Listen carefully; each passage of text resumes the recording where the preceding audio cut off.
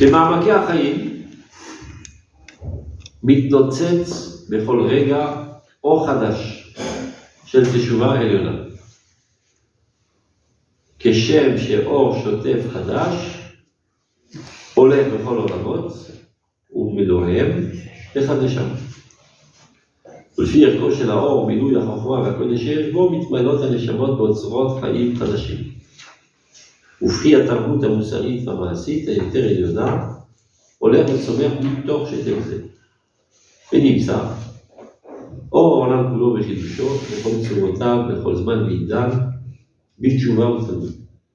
קל וחומר אורו של משיח, וישועתם של ישראל, תחיית האומה בארץ, השפה והספרות, שהכל ממקור התשובה יוצא, וממעמקים אל רוברי התשובה העליונה יובן. T'as compris? Non? En fait, vous me direz oui. Bientôt, déjà. Bientôt. Alors, c'est toutes les semaines, non? C'est bon. Parlez de moi pendant la journée? Ou toute la journée en français? Oh, vite fait. Oui. Hein? Oui, tu veux. On se force un peu.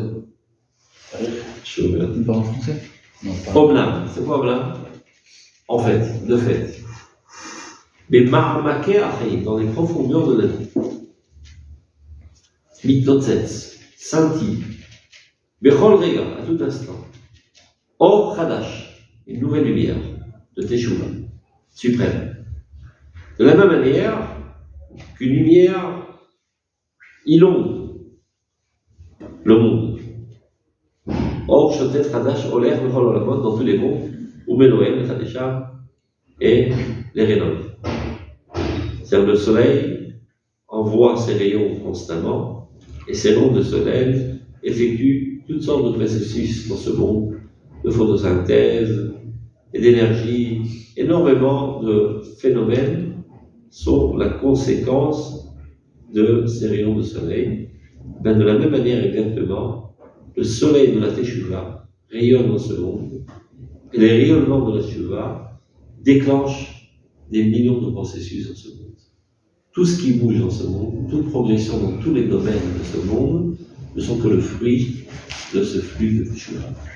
Akadosh Baruch Hu qui envoie ce flux constant, c'est ça qui fait avancer le monde. Ce qu'a dit Darwin, la théorie de la... Comment on appelle ça en français? Torah d'Hipatrut. Comment on dit? C'est la théorie de Darwin. Théorie. Comment ça s'appelle? Torah d'Hipatrut de Darwin. Je ne sais pas comment on dit ça en français, j'ai appris ça en époque. Vous n'avez pas appris avec moi? Si. De l'évolution, voilà. La théorie d'évolution de Darwin. Tout évolue. Rien n'est statique. Mais tout évolue dans tous les domaines. Mais est-ce que ça évolue de lui-même ou il y a une cause, un facteur constant qui entraîne cette évolution? Nous comprenons qu'il y a un facteur constant qui entraîne cette évolution. Et c'est quoi ce facteur? C'est ce flux de divinité constant. Et tout ce qui rencontre sur son chemin, ça fait grandir. Il tape une fleur, elle grandit. Il tape la science, elle se développe. Il tape la médecine, elle se développe.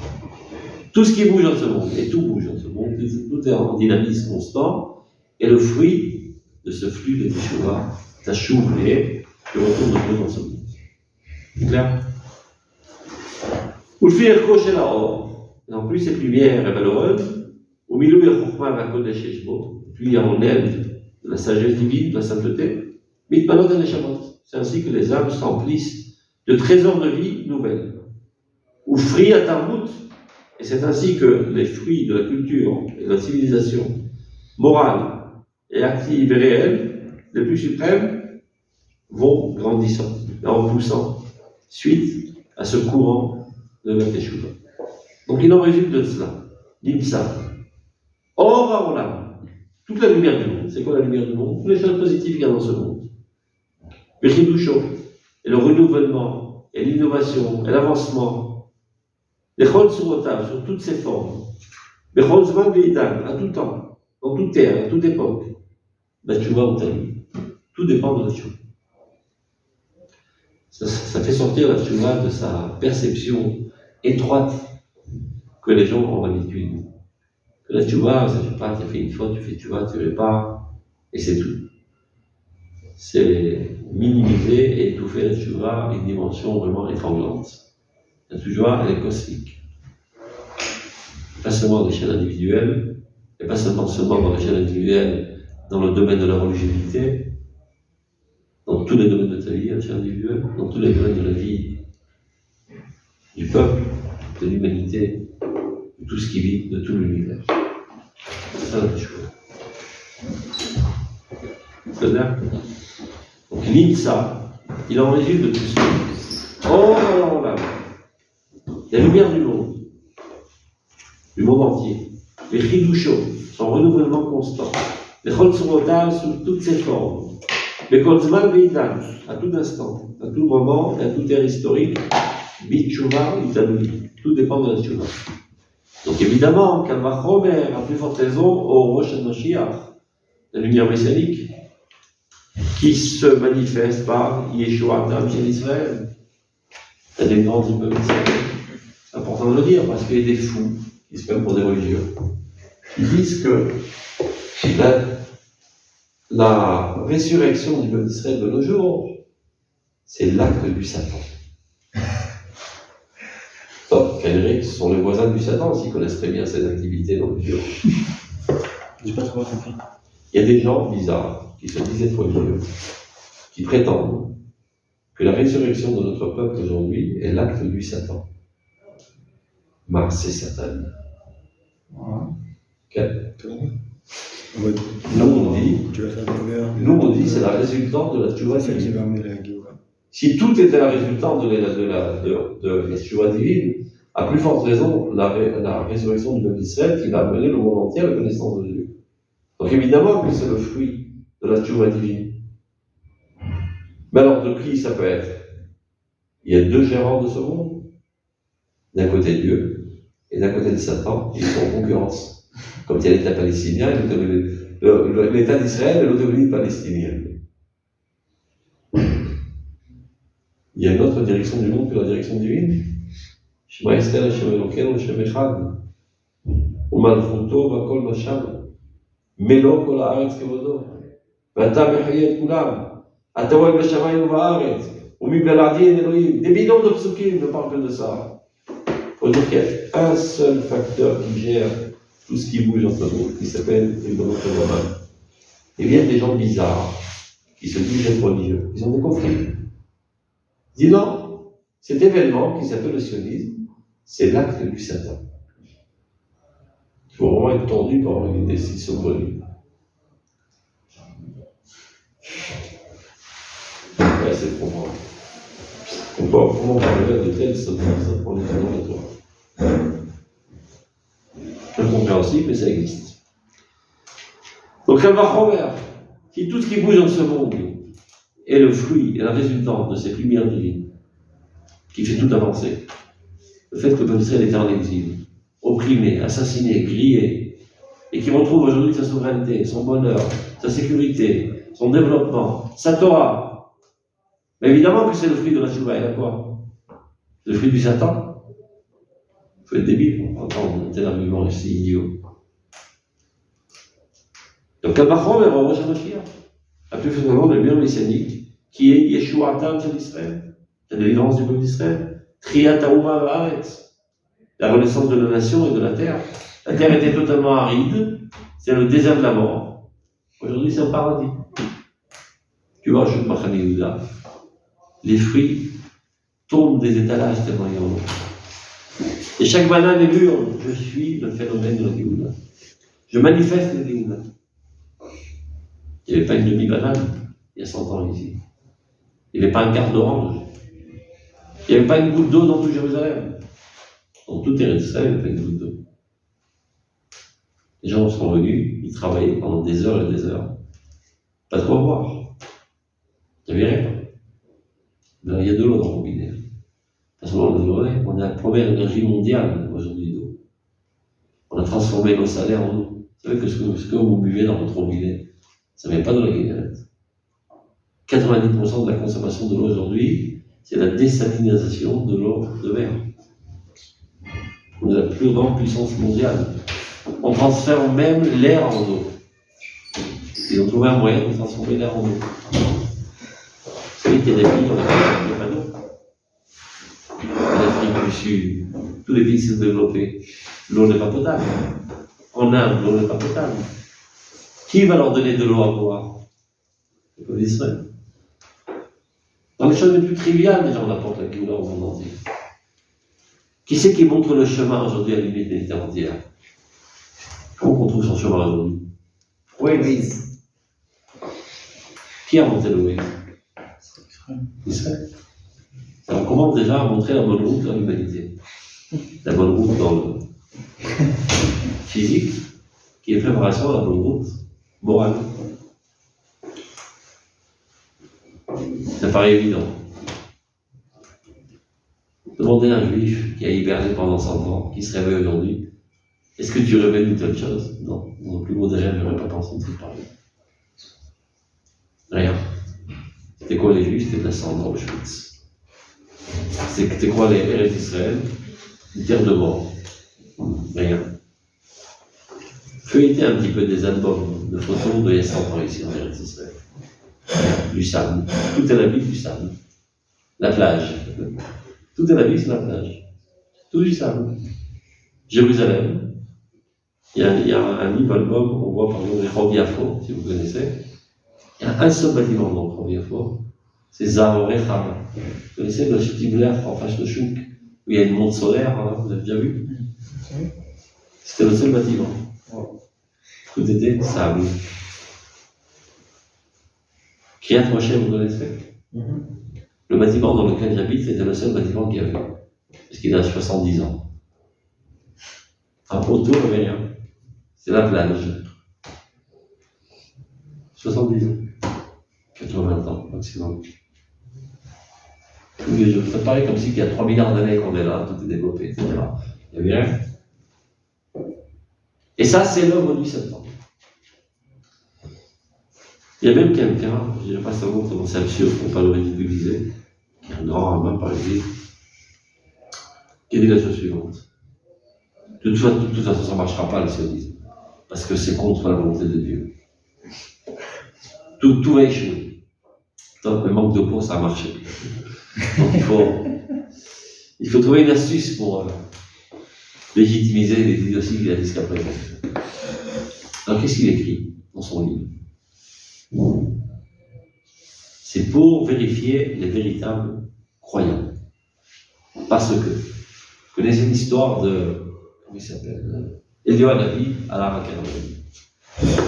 À l'époque d'Eliyahu Hanavi, il y avait des faux prophètes qui tiraient le peuple d'Israël dans l'arbre d'Azara.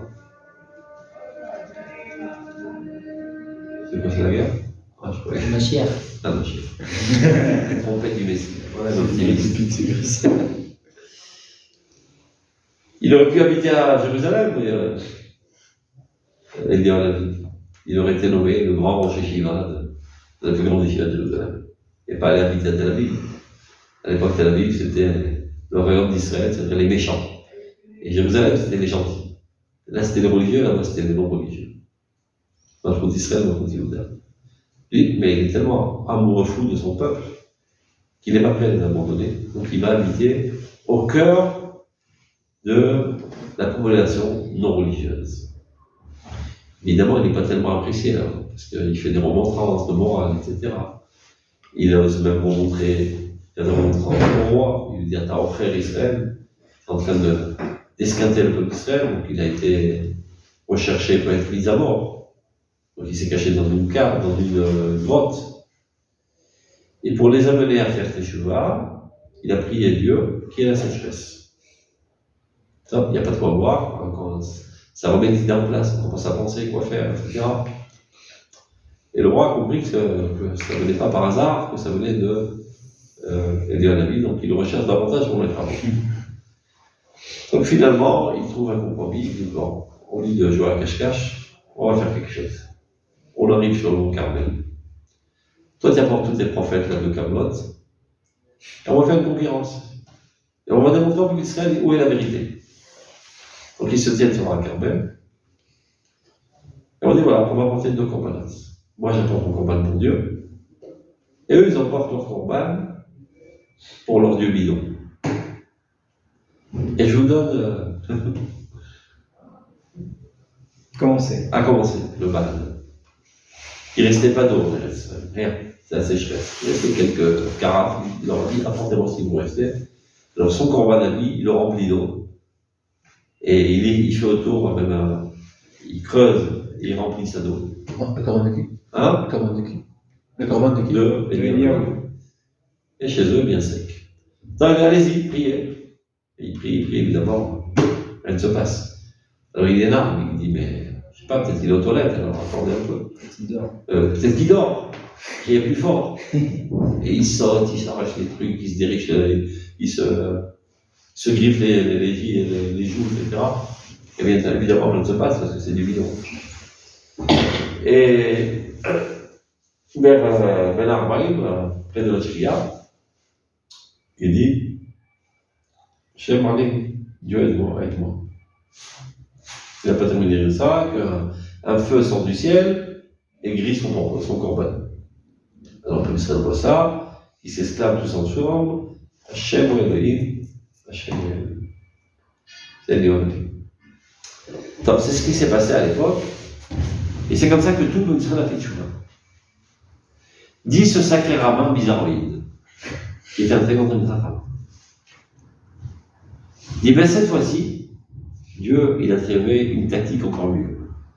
Il a fait en sorte que le feu tombe sur le corban de Névié à Baal, des faux prophètes, pour voir qui va tomber dans le panneau et croire aux faux prophètes, et qui va continuer d'être Mahamim et croire à Eliyahu Navi. Vous comprenez ce qu'il veut dire?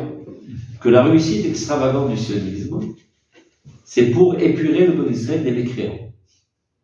C'est-à-dire que Dieu a fait énormément de miracles, parce qu'évidemment que toute notre réussite ici est miraculeuse, du point de vue de la relation des forces. Une petite armée, même pas, je ne sais pas, quelques 100 000, à l'époque il n'y avait même pas 100 000, à l'époque de la guerre de l'indépendance, sans armes, sans rien du tout, contre plein d'armées armées jusqu'aux dents, donc un miracle, et toute notre existence constante ici est un miracle, des millions de miracles, tout ça, qui est de l'archive. Il fait arriver à votre Nation. Faire croire aux Juifs que c'est en fait la main de Dieu alors que c'est la main du Satan.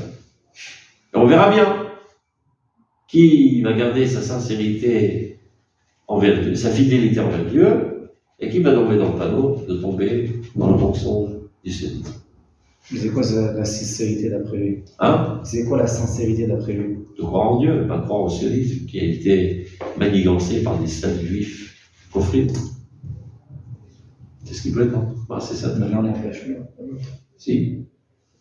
Bah, c'est Satan, Réchaïm, tu vas appeler Réchaïm. Il faut aller près des Sadukim. Non, mais il ne fait pas de mal. Je t'en dis, ils ne font pas de mal. Ils ont fait pas mal de mal. Ils ont coupé les porcs, c'était banni, ils ont fait manger du porc aux Marocains, tout ce que tu veux. De manière systématique, ils ont tout fait pour écarter les Israël de la religion.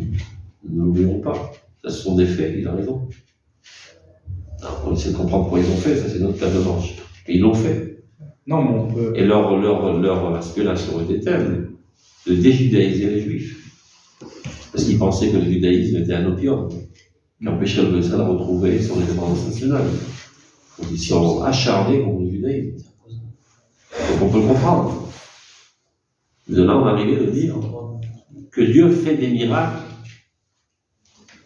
pour voir qui est véritable. Alors, comment démanteler cet argument mensonger? Vous savez que quand la mère de Shimshon, avant que soit né Shimshon, un beau jour, elle a vu un ange. Alors elle est arrivée, et l'ange lui a dit voilà, tu vas rentrer enceinte et tu auras un enfant qui sera désir et qui sauvera le peuple d'Israël, etc. Elle court chez son mari, j'ai vu un ange. Des histoires. Je te promets, j'ai vu un ange. On revient avec moi. Il revient, et l'ange apparaît. Et il lui dit la même chose. Après, lui, il n'a pas compris que c'était un ange, il croyait que c'était un bon ange, un sadique. Bon, reste avec nous, tu déjeunes avec vous, hop, il s'est évaporé, il a disparu. Qui s'y dit Raïm et Elohim Lamont. Nous avons vu Dieu, on va mourir. Et lui dit sa femme L'eau Chafetz Hashem La'amiten, le Eran pour le Dieu. Si Dieu nous voulait nous tuer, il n'aurait pas montré tous ces miracles. Pas besoin de montrer des miracles pour nous tuer, il a qu'à nous tuer d'emblée. Quand Dieu veut nous exterminer, il n'a pas besoin de faire des millions de miracles, il peut nous exterminer d'emblée.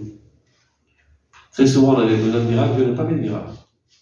Dieu est économe en miracles. Normalement, en cas de force majeure, il fait des miracles. On était dans la Shoah, il n'a pas fait de miracles. Il y a plein d'autres circonstances, c'est très pénible, Dieu n'a pas fait de miracles.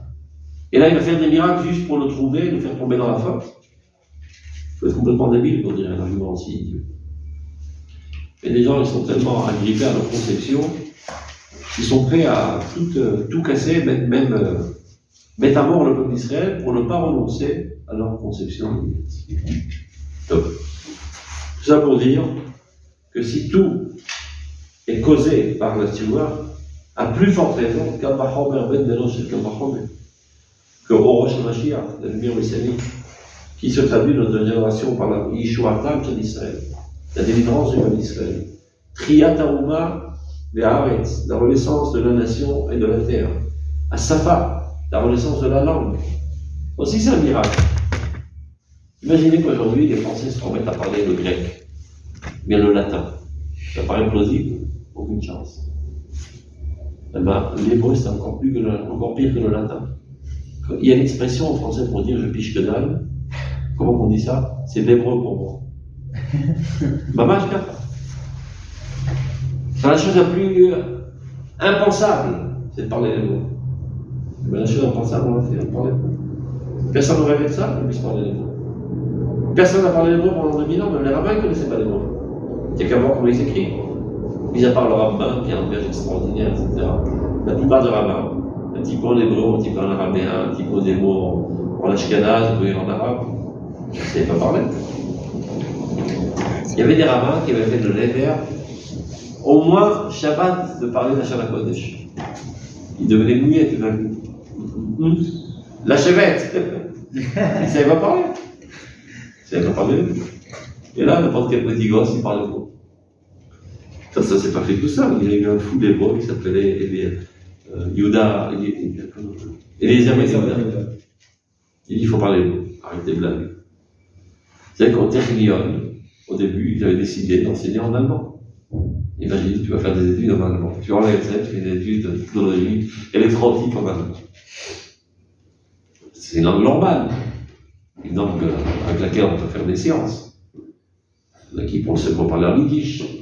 Il y en a qui pensent qu'on va parler en ladino. Ou en arabe, chacun selon ses dialectes des pays d'où ils arrivaient. Imaginez quelle salade ça aurait été ici. Tu vas parler en ladino, l'autre en yiddish, l'autre en marocain, l'autre en tunisien, etc. Ils n'ont pas pu communiquer. Donc, Eliezer Ben Yehuda, il a décidé, il faut parler les mots. Ils l'ont pris pour un fou. On raconte qu'une fois, sa femme s'est fait piquer par un scorpion. Donc elle était très grave. Il lui a dit, si tu dis pas ça en hébreu, j'appelle pas l'ambulance. C'est un malade. C'est un malade, et grâce à ça, nous on n'est pas malades. Voilà. Son fils est le premier juif en Eretz qui a parlé l'hébreu. Il s'appelle Ben Avi. Il y a une rue en son nom à Itamar Ben Avi. Il y a une rue en son nom à Nathalie. Itamar Ben Avi. Avi Rachitevot et Eliezer Ben Yehuda. C'est le premier juif en Eretz qui a parlé l'hébreu. On est d'énergie belle. Aujourd'hui, on parle tous l'hébreu. Même les chats, ils parlent l'hébreu aujourd'hui. Même les arabes, ils parlent l'hébreu. Pas seulement les chats, mais même les arabes. Incroyable. Qui eût rêvé d'un tel miracle? Qui eût rêvé d'un tel miracle? On parle l'hébreu. Des fois, comme ça, je narguais les Goïm Khadashim. J'ai dit, apprends, tu ne vas parler l'hébreu. Le chien, il sait parler l'hébreu. Tu vois, tu lui donnes des ordres en hébreu, il comprend. Et toi, tu comprends l'hébreu? Alors vas-y, mets-toi à l'étude. Incroyable. Tu parles avec un chien en hébreu. Vous savez, dans une unité de vie de l'armée qui s'appelle Rockets, ils ont un chien. Chaque soldat, il a son chien pendant 3 ans. Donc ils lui mettent une osnia, il rentre dans les cavernes là-bas. Et il lui parle en hébreu. Va à gauche, va à droite, lève-toi, assieds-toi. En hébreu. Un chien, il parle hébreu. Grâce à qui? et des aveugles. Miracle. Donc à chaque fois, la renaissance de la langue, la renaissance de la sifroute, littérature. 2000 ans, on n'a pas écrit.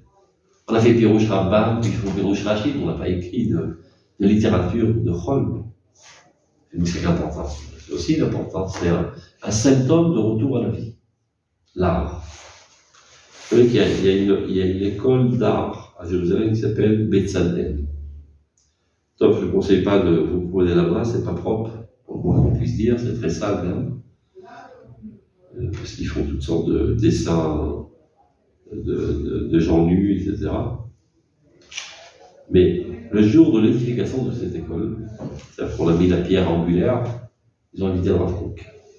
Qu'est-ce qu'il a fait le Rav Kook avec telle ambiance? Bon, à l'époque, c'était vide, donc il n'y a pas de problème. Mais on invite le Rav Kook, c'était le grand rabbin d'Israël. Il arrive là-bas, donc qu'est-ce qu'on peut bien dire pour l'édification d'une école d'art? Je raconte une histoire. C'est l'histoire d'une petite fille qui s'appelait Shoshana et qui est tombée malade. Et finalement, elle est tombée dans le coma. Elle est agonisante. Dans la famille, elle était attristée, elle pleure, elle prie, elle était libre pendant des jours et des jours. Elle ne réagit pas. Tu peux mettre ton téléphone dans la poche, s'il te plaît. Et donc, ils attendent avec impatience, qui est miracle. Et voilà, après 6 mois, elle commence à montrer une petite paupière. Tout le monde est en extase, elle revient à la vie. Elle dit Ima Bouba, maman, ma poupée. Et tout le monde éclate de joie, et elle a dit Ima Bouba, Ima Bouba, Ima Bouba. Ima Bouba, ça ne vole pas très haut.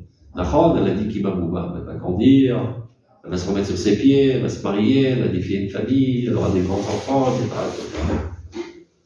De quoi s'agit-il de Rav Kook? Shoshana, il est rappelé dans le Zohar. Qui est Shoshana ben Achachim, comme une rose contre des épines, c'est Knesset Israël, qui s'est endormie et qui est tombée dans une torpeur et une léthargie profonde, voilà déjà depuis 2000 ans. Et maintenant, elle commence à se réveiller de sa torpeur. Et la première chose qu'elle s'est dit, c'est Ima Bouba. C'est-à-dire, aujourd'hui, elle dit que Ima Bouba, c'est le début de l'école d'art de Betzalel, qui est fondée sur l'imagination. Mais l'imagination, c'est la force dans l'âme qui permet la névoie. Donc le fait qu'il y a des premières prémices de renaissance de l'imagination dans le peuple d'Israël qui vient s'exprimer par l'art, ça promet que plus tard dans l'histoire, réapparaîtra la prophétie dans le peuple d'Israël. Donc chaque chose, il faut voir dans sa dimension. C'est vrai qu'au début, ça paraît banal, mais attends de voir qu'est-ce qui va pousser de ça, c'est la graine qui va donner naissance finalement à un scène extraordinaire. Donc la sifroute, la littérature, c'est vrai que ça ne vole pas très haut la littérature israélienne. Surtout que les grands littéraires de l'époque étaient tous des coffriers. Mais le fait même que le juif commence à taper une plume en main et commence à écrire, c'est un symbole de retour à la vie normale d'un peuple. Après, on écrira mieux. Après, on saura écrire des choses plus importantes. Mais le fait que même qu'on commence à écrire, c'est un symptôme de retour à la vie. Chacun lui comme tu vois, donc évidemment que tout ça sort de la source de la Teshuvah. L'imamakim, elle dérobe à Teshuvah et Yonah.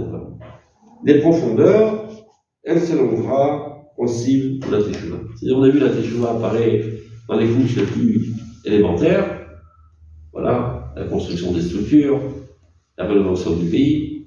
Après, ça s'élèvera à la sainteté la plus haute qui arrivée à la prophétie. C'est clair? Père et Crète, on commence.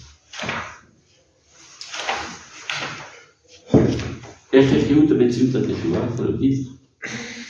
La nécessité de l'existence de la Teshuvah, on fait Oulata Ba'anam, de son action sur l'homme, Barolam, dans le monde, et dans les Israël.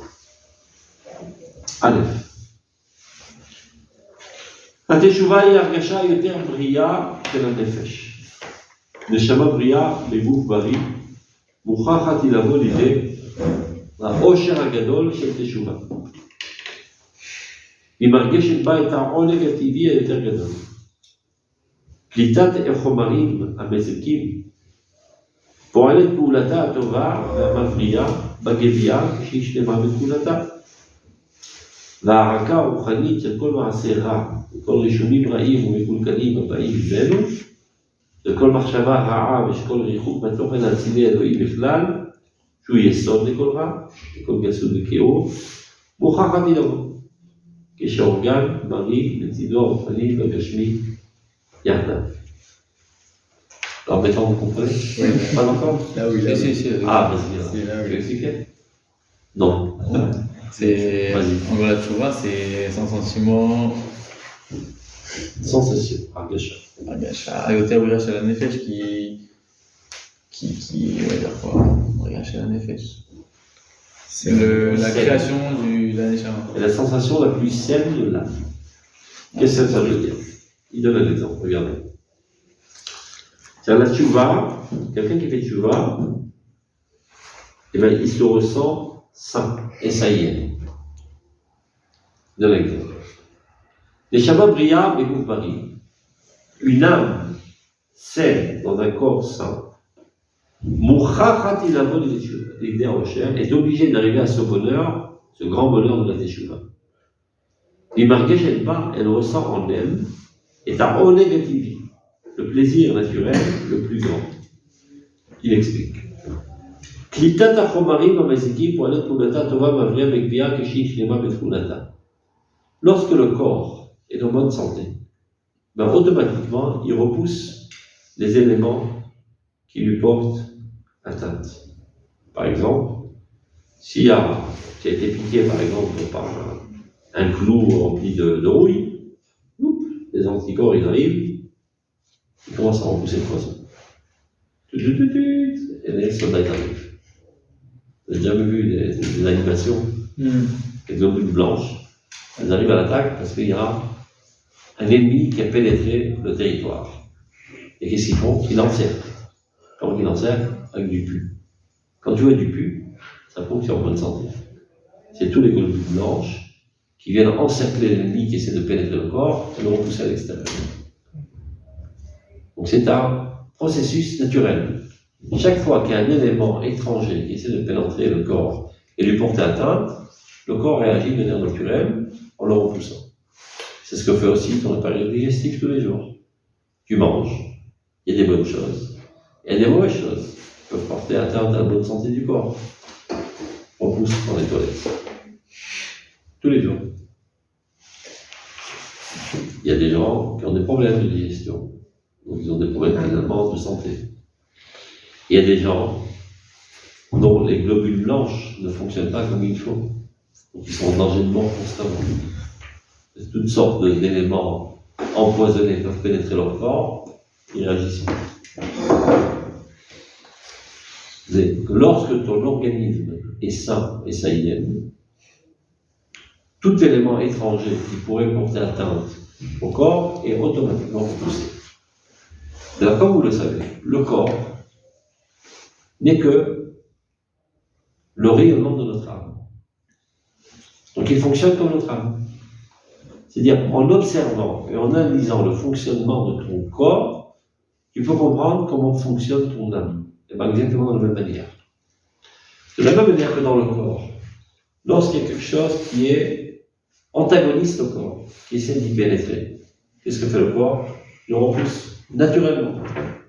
Il n'y a pas besoin d'y penser, de dire, fais gaffe, il y a quelque chose de pas bien qui est rentré, je dois m'organiser pour le sortir. Le corps, il réagit automatiquement.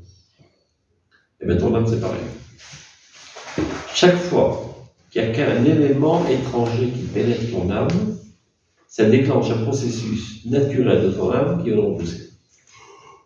C'est quoi un élément étranger qui porte atteinte à ton âme? C'est pas pour tout le monde. Une enveloppe, une sale pensée, un sale sentiment. Tout ce qui est contre la nature de ton âme. Et alors la tchouva commence à réagir. Automatiquement. Elle est déclenchée automatiquement. C'est pas pour tout le monde tout ça. Tout le monde. Un khiloni qui jamais. Qui l'outil n'a il a pas. Il y a des gens qui ont des problèmes dans leur l'équilibre de leurs hormones.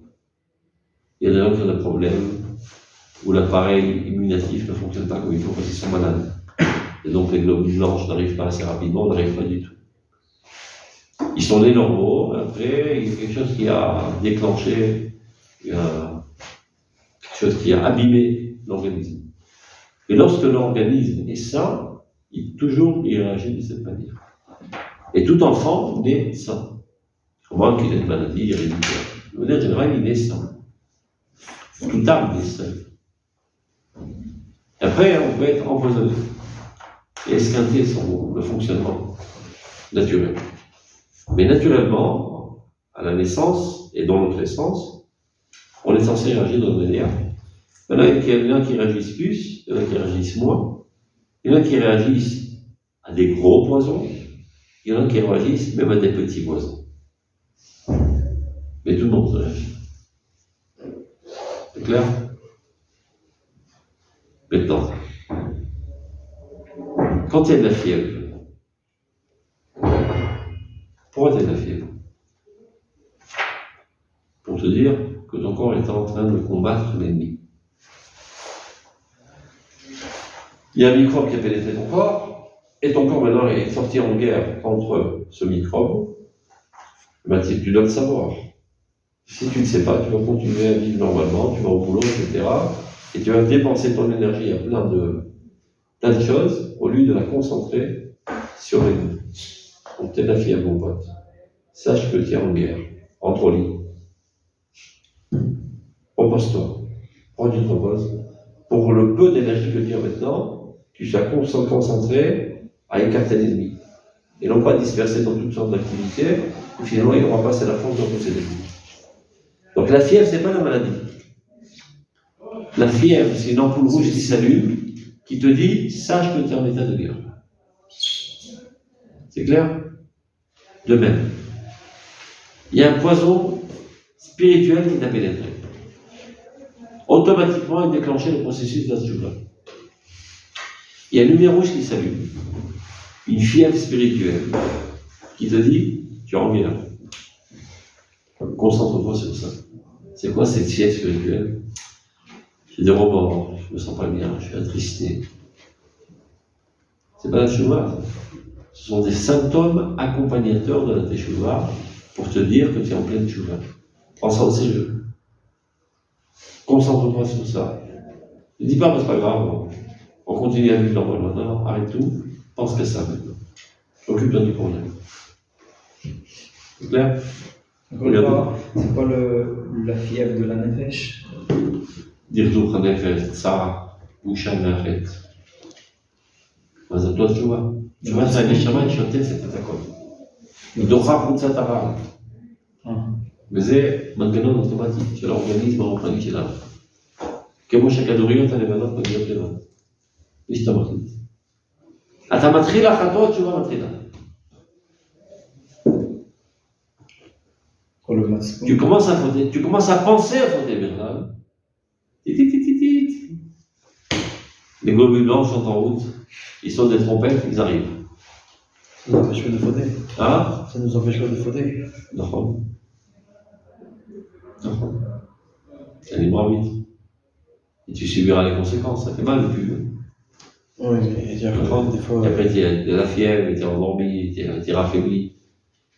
C'est toi qui te rends dans cette galère. Vous dites qu'on a la conscience qu'on va fauter, que du coup. Tu es conscient que tu es en train de fauter, et tu as honte de fauter, et tu n'as pas la force d'arrêter. Tu penses qu'il n'y a pas la force, mais tu as la force. Parce que Dieu ne te met pas devant une situation dans laquelle il n'est pas sûr à 1 milliard% que tu as la force de la surmonter. Sinon, lui-même transgressait sa Torah. Il y a marqué Bifneriver le Vitel Nechon. Tu ne le mettras pas une entrave devant un aveugle. C'est-à-dire que tu ne peux pas inciter un autre à pécher. Donc Dieu ne va pas fauter lui-même de cette faute. Donc chaque fois qu'il te met un Nisayon, comment on dit Nisayon en français, une épreuve, c'est quand il est sûr à 100% qu'il est capable de la surmonter. Sinon il ne te la mettrait pas. Donc pourquoi il a mis cette épreuve? On t'oblige à grandir. Parce que quand tu te mesures des problèmes, c'est ça ce qui te renforce. Si jamais tu mesures des problèmes, tu restes faible. Comment tu apprends à sauter en hauteur? On te met là-bas. Une fois que tu as réussi à 80 cm, qu'est-ce qu'on fait? On monte à 100. Tu comprends? Et une fois que tu as réussi à 100, on monte à 120. C'est ce que fait Dieu tout le temps. Il te lève la barre tout le temps pour t'apprendre à devenir plus grand. Mais il ne mettra pas la barre à 2 mètres quand tu ne sais pas 10 centimètres. Quand il est persuadé que tu as réussi à 1m80, maintenant il est à 1m85. Donc évidemment que tu es capable de surmonter. Mais toi, tu te convaincs que tu n'es pas capable. C'est pas possible, c'est trop fort. C'est pas humain, tu n'as pas la force. Évidemment, si tu désespères par avance, tu vas la perdre cette guerre. Mais imagine l'armée d'Israël dit qu'on n'a pas la force de gagner le Hamas. On la perd cette guerre. On va les bouffer. C'est le rôle du Kohen Mashorach qui travaille. D'élever la motivation. De dire c'est des fourmis, on va les écraser, on va les bouffer, etc. Plus tu te convaincs que tu es capable, plus ta capacité grandit. C'est clair? Donc on va faire la tchouva en toute joie, et pas en tristesse. Tu ne peux pas aller au combat en étant démoralisé, en pleurant. Tu vois bien, le soldat, il chante toute la journée. Pourquoi il chante? Pour renforcer le moral. Et parce qu'ils sont remplis de morale, ils chantent. Et comme ils chantent, ça remplit de morale. Et comme ils sont remplis de morale, ils chantent. Ça fait boule de neige. Mais non, si tu pleures, tu démoralises, tu pleures davantage. On va perdre, on les perd. J'avais dit qu'on allait perdre cette guerre. Évidemment, c'est des idiots. Tu démoralises avant d'y aller. Donc, la chose la plus importante dans la guerre, c'est pas l'arme, c'est la motivation. Napoléon, un des plus grands guerriers de l'histoire humaine, un grand stratège, avant de sortir en guerre, il perdait parfois des heures et des heures. Il passait soldat par soldat, il donnait un ordre. Tu mettras à mort un soldat russe. Oui, mon commandant. Tu mettras à mort un soldat russe. Oui, mon commandant. Il faut envoyer un gros malaise. Tu mettras à mort 2 soldats russes. Oui, mon commandant. Perte de temps, bien ça. 2 jours. 2 jours de perte, 100 ans de gagner. Il faut gonfler à bloc la motivation. Ce n'est pas les armes qui gagnent la guerre, c'est la motivation. Il faut qu'on n'ait pas d'armes. La guerre d'indépendance, on n'avait pas d'armes. On a gagné la guerre. Motivation en bloc. On va pas retourner à la Shoah quand même. On est obligé de la gagner cette guerre. On l'a gagnée. Donc le plus important aujourd'hui, c'est de gonfler à bloc la motivation. Pas seulement des soldats, des mamans des soldats, des femmes des soldats, des enfants des soldats. Imagine la maman. Oh mon fils, tu es à la guerre.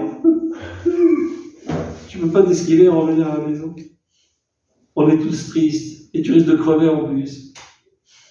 Il va vachement faire la guerre, ce gosse.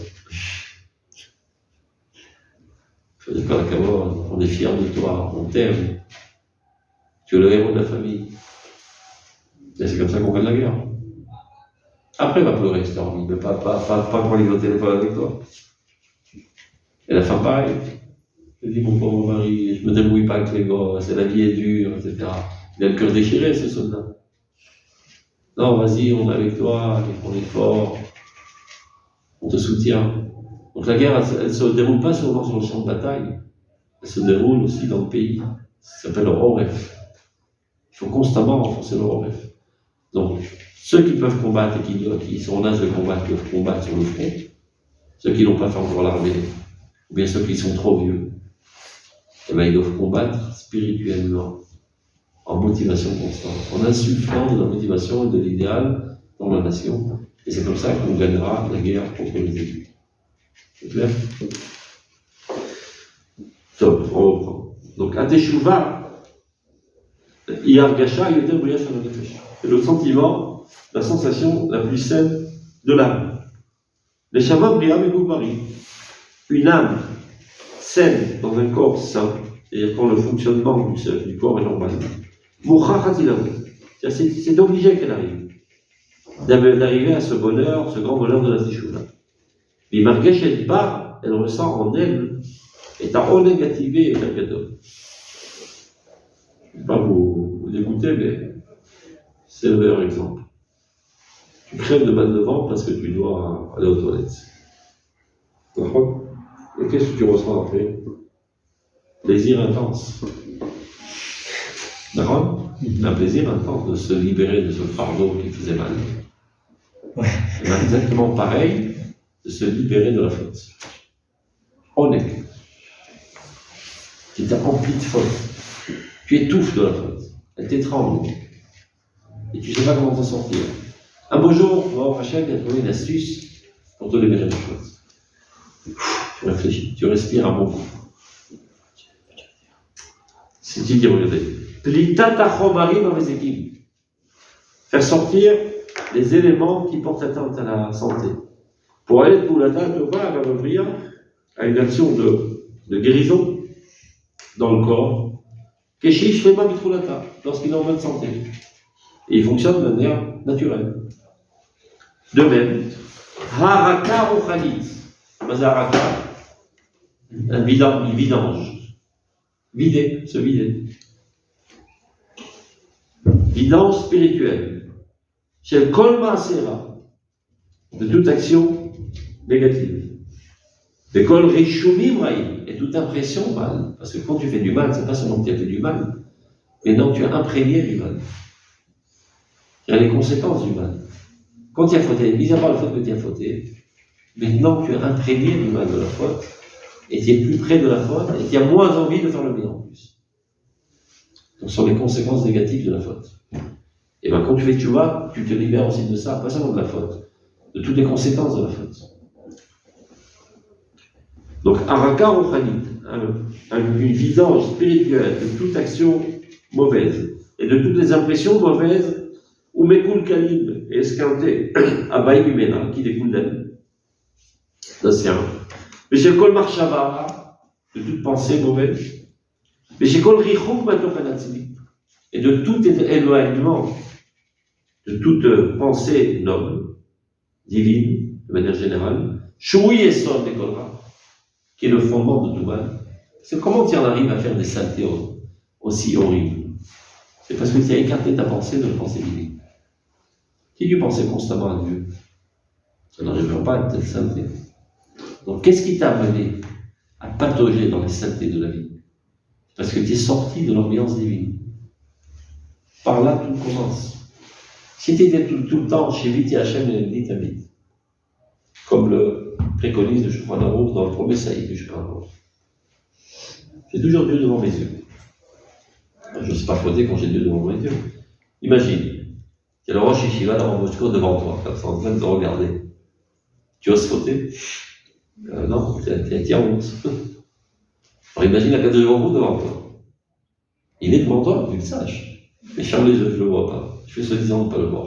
C'est ça ce qui m'amène à fauter. Une seconde, tu te déconnectes de Dieu, tu en arrives à fauter. Où c'est écrit ça? C'est écrit dans le Shulchan Aruch, dans le Réma. Chez Viti Hachem, c'est le premier saïd du Shulchan Aruch. L'on nommé Adam, il me semble pas très loin sur le Melech. Le Melech, il s'appelle Adam. Oh, j'ai une salle de béton. Ou Bosch Mimène. Il a honte de lui. Maintenant, d'où le Réma a piqué ça? C'est pas lui qui a écrit ça. Il a piqué ça du Moré de Boukhim. Avec une seule différence. Le Moré de Boukhim ne parle pas de Dieu là-bas. Il dit Bosch Messichlo. Car on a pris peut-être. Tu as honte de ton sechel. Tu n'as pas honte de toi-même de te comporter de l'instant. Mais regarde-toi, prends ton sechel, mets-le dehors et envisage-toi de l'extérieur. Tu auras la honte de ta vie.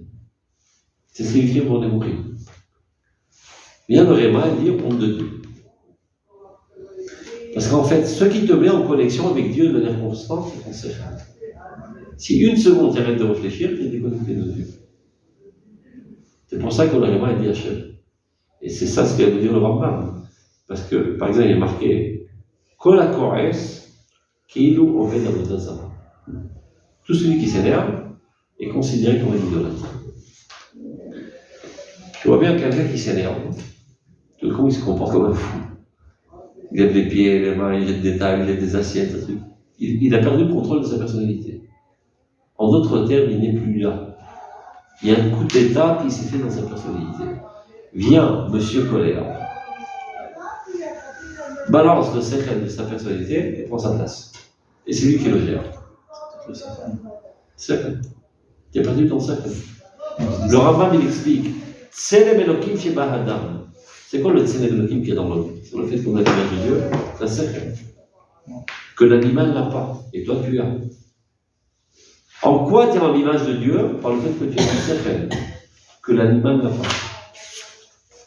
Donc le sechel, c'est ça ce qui te garde en contact constant avec Dieu. Quand tu es en colère, il n'y a plus de sechel. Il y a un coup d'État qui s'est effectué, bien monsieur colère, mais on voit le sechel dans l'exil, et c'est lui qui gère la situation. Et tu le comportes vraiment comme un fou. Après, quand tu reprends tes esprits, tu dis, mais qu'est-ce que j'ai fait? C'est pas possible. J'ai tout cassé, j'ai blessé, j'ai insulté. J'ai honte de moi, j'ai péché. C'est pas possible. Quand ta fille lui on demande ce que tu as fait, c'est pas possible, souvent tu vas dire pareil. Parce que tu n'étais pas là à cet instant. Donc attaque en dans mon hasard. Parce qu'à partir du moment où il n'y a pas de secret, tu es déconnecté de Dieu. C'est clair? Top. Donc c'est pour ça qu'il dit tout commence par le fait que tu t'es éloigné de la pensée divine. C'est ça qui t'a amené à toute faute, à toute idiotie, à toute sale pensée, etc. Chou Yesod de Kodra, qui est le fondement de tout mal. Et le gassou de Kiro, de toute grossièreté, de toute mocheté. Donc tout cela, Mouchachatilavo, c'est Araka, c'est ce vidange de tous ces éléments, est obligé d'arriver chez Organe Bari, que lorsque l'organisme est sain. Alors, comme tu as dit tout à l'heure, il veut être malade. Et là, je suis très malade. Les globules blanches ne travaillent plus. Comment quand on tombe malade? L'Israël, quelqu'un qui a fauté, la première fois, il est ahuri de sa faute. Il tremble de peur. Il sent qu'il a fait quelque chose d'horrible qui va contre sa nature. Une deuxième fois, un peu moins. Troisième fois, un peu moins. Petit à petit, il perd sa sensibilité et il fait le mal sans s'en sentir mal dans sa peau. C'est-à-dire qu'il a estompé la sensibilité de son âme. Comme le corps. La première fois que tu marches du gravier, ça te fait mal, d'accord? Deuxième fois, un peu moins. Marche un mois sur le gravier, tu auras une semaine. Ton pied se transforme dans une semaine. Et tu sens plus le gravier. C'est super. Je suis un homme fort et viril. Ouais, il y a un problème avec tout qui va te rentrer dans le pied, tu ne vas pas te sentir aussi. Et ça va s'affecter, on devra te couper la jambe. Donc, Baruch Hashem, que tu es sensible. C'est pour te protéger. Les gens qui disent oh, vous êtes des faiblards, n'importe quoi, vous excite, etc. Moi, tu vois, ça me fait rire. Il n'y a pas des fiers. C'est comme si tu dis regarde quel faiblard. Tu vas sur une fourmi, tu as des scrupules et des sensations de culpabilité. Moi, j'égorge des enfants toute la journée, je me sens très bien dans la peau. Moi, je suis fort, toi, t'es un faiblard. T'es un pauvre mec. Tu es mort, mon pote. Moi, je suis vivant, toi, t'es mort. Donc, lorsqu'il y a une zone du corps, c'est un mec qui arrive dans le montagne, il vient de faire un accident de voiture. Le chirurgien l'ausculte, il prend du épingle, il commence à le piquer. Vous sentez? Rien. Aïe! Yofi! Extraordinaire. Oh, c'est un maso. C'est un sadiste. Non, il est content. Cette zone, elle est encore vivante. Cette zone, elle est morte. Elle a perdu toutes les nerfs. Le fait que tu aies mal quand tu fautes, ça prouve que tu es encore vivant. Quand tu ne ressens plus rien, tu es mort. Cette zone, elle est morte. Il faut la faire revivre. Le corps, à l'image de l'âme. C'est pareil. Si lorsque tu fautes, tu trembles et tu transpires de peur, bon, prochain. C'est quelqu'un de normal, quelqu'un de pur, quelqu'un de sensible, de vivant. Si tu fautes, et c'est normal pour toi, c'est n'importe qui. Tu as besoin de triat amétim. B'chayim metim b'rachamim rabim. B'rechaim b'chayim l'ikrim metim, dit Srafa. Les Réchaïm de leur vie sont considérés comme des morts. Ils sont des morts vivants. Ils ont perdu toute sensibilité normale de la vie. Il faut énormément de processus pour les ramener à la vie, les faire guérir.